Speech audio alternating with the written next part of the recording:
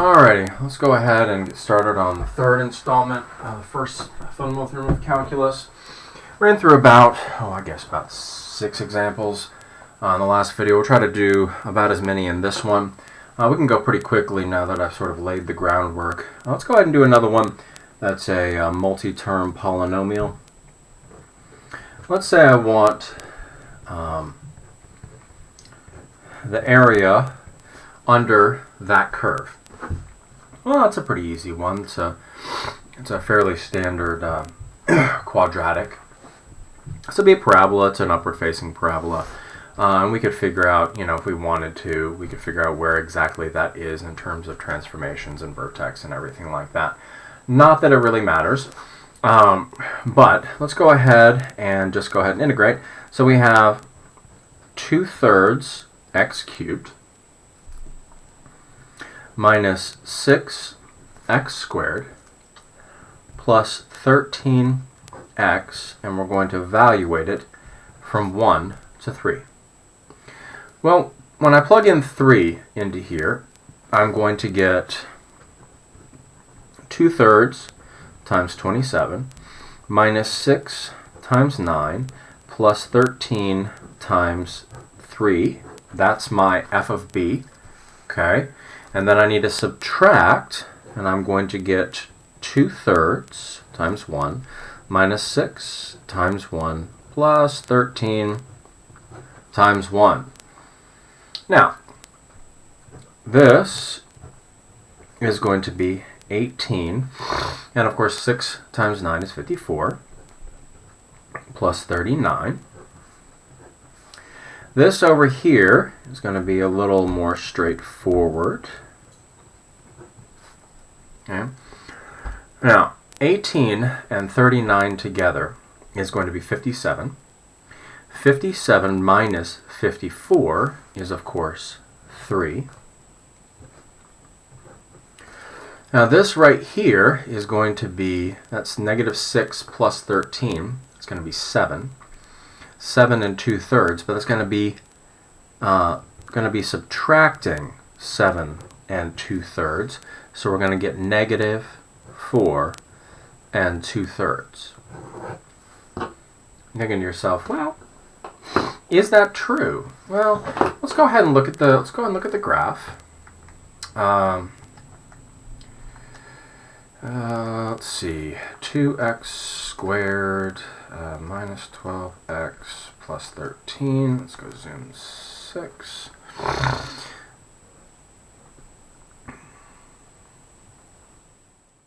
Yeah, that kind of makes sense. Considering the fact that your interval is from 1 to 3, the majority of it is going to be under the x-axis. So it's going to be accumulating negative area. Okay? Yeah, so that makes sense. Let's go ahead and go on to the next example. Okay. How about, let's do one that's a little bit more robust. Let's do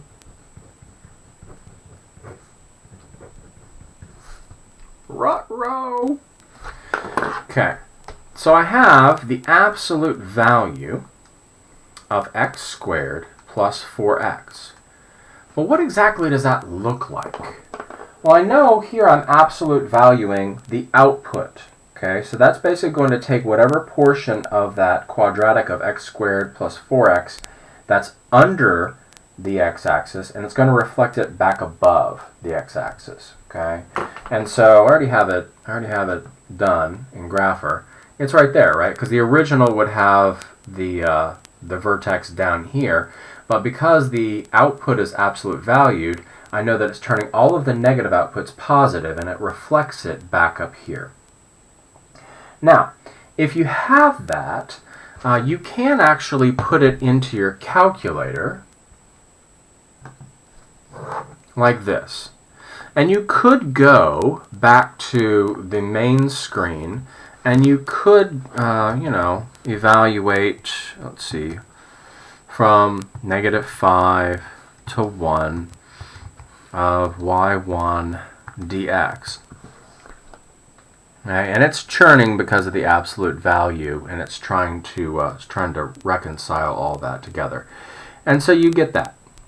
And that's probably going to be 15 1/3. And the reason why it's off a little bit is because you have this approximating algorithm that's sort of churning through. That's why it took a few seconds.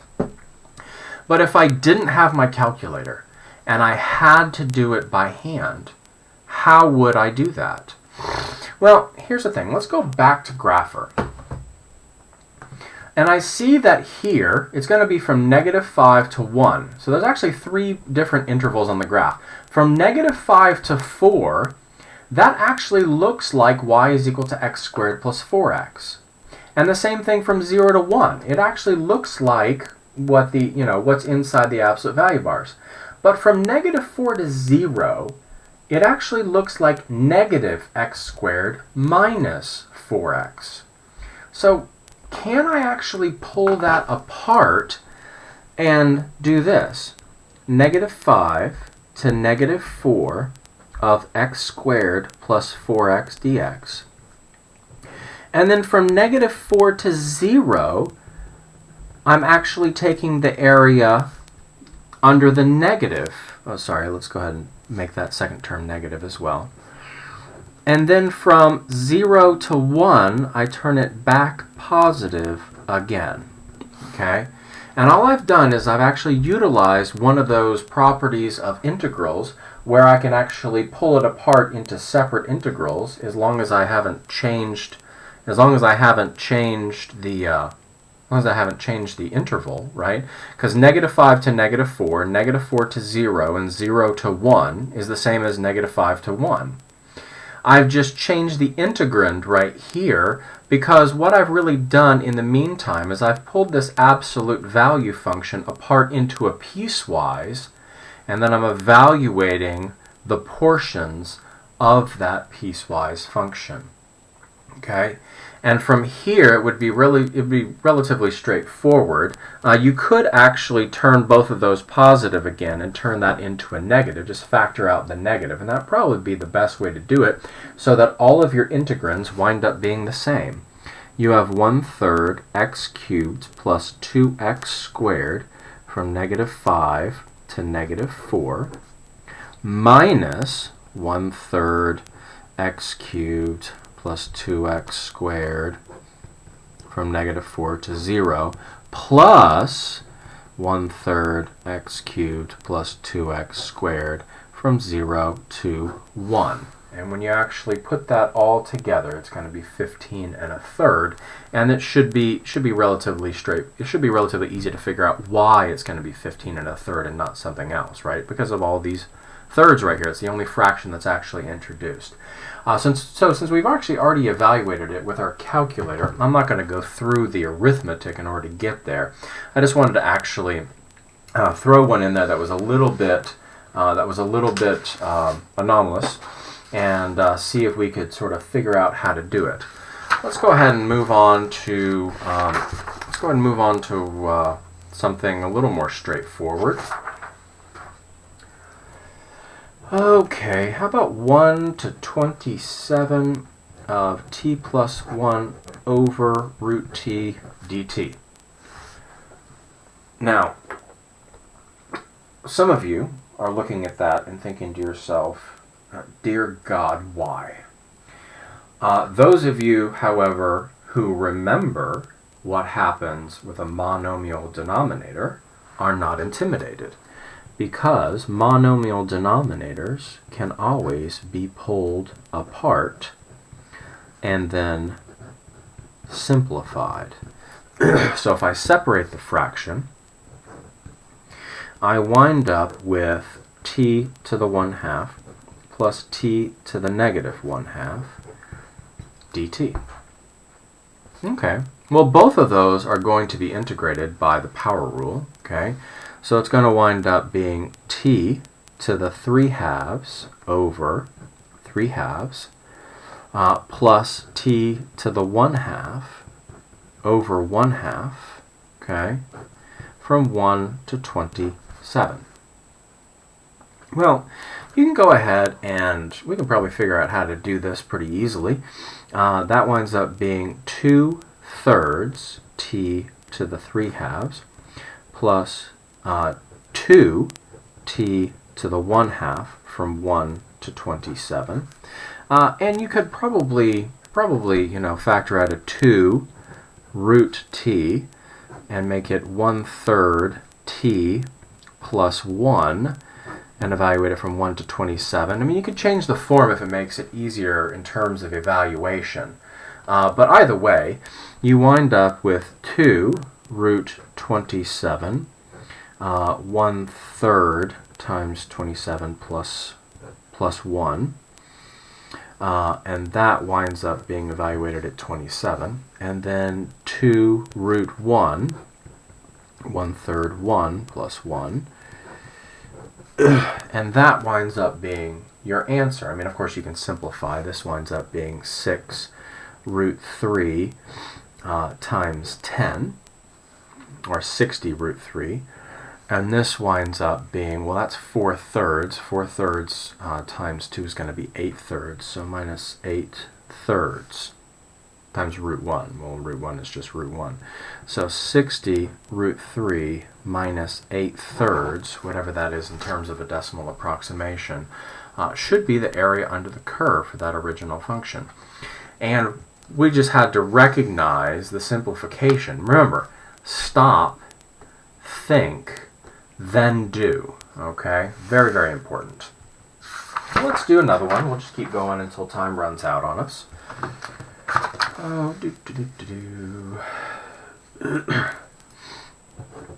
So we're going to go 2 to 6 of x plus 1 over x dx. Okay?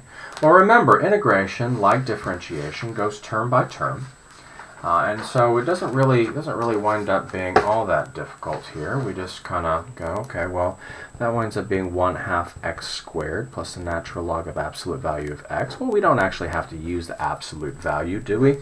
Because we know that 2 and 6, which are the only ones we're going to plug in, are actually positive values. But, you know, whatever. So you plug in 6. 6 squared is 36. 1/2 of that is 18. So 18 plus natural log 6 minus 2 plus natural log 2. And this simplifies very, very easily.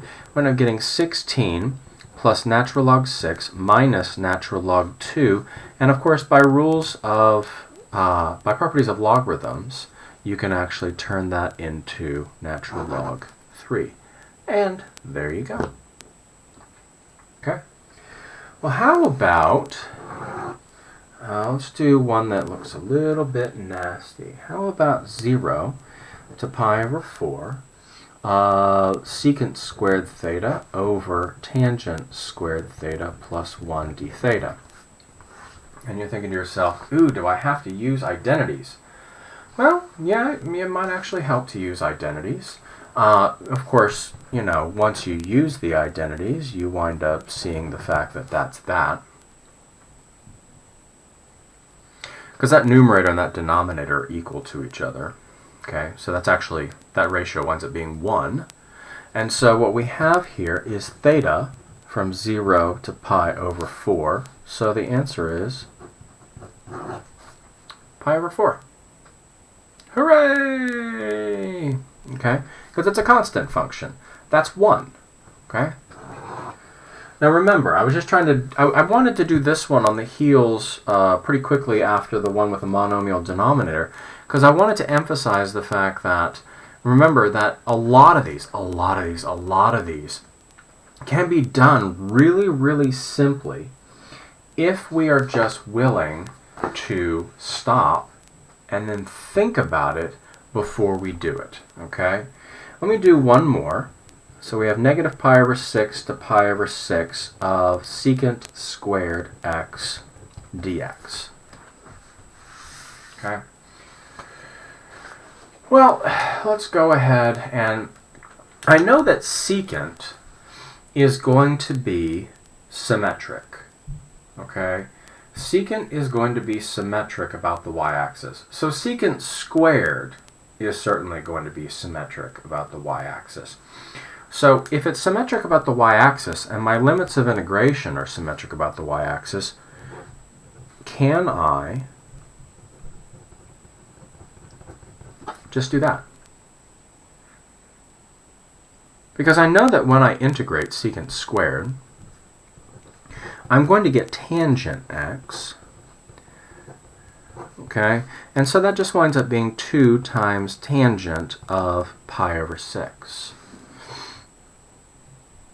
Can I do that? Well, yeah, because you're just using the symmetry in order to cut your work in half, right? So let's go ahead and make sure, yeah, we are in radians. Okay, so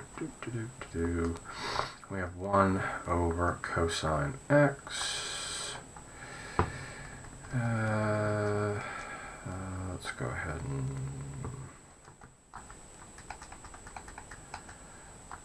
and squared. Okay, so we're going to go ahead and have secant squared, okay, and we're going to go ahead and graph it. And all secant squared does is it steepens it and turns all of the negative ones positive. But we see the fact that from negative pi over 6 to pi over 6, from negative to positive, it's going to be the same area from negative pi over 6 to 0 as it is 0 to pi over 6. So this move right here, because we have y-axis symmetry and because our limits of integration are symmetrical, is perfectly legitimate. Okay? Then all we have to do from here is, of course, evaluate tangent of pi over 6. That's basically it for the first fundamental theorem of calculus. Next video, I'm going to explain the second fundamental theorem of calculus and start dealing with a few examples. Okay, so any questions, please do email me. Bye.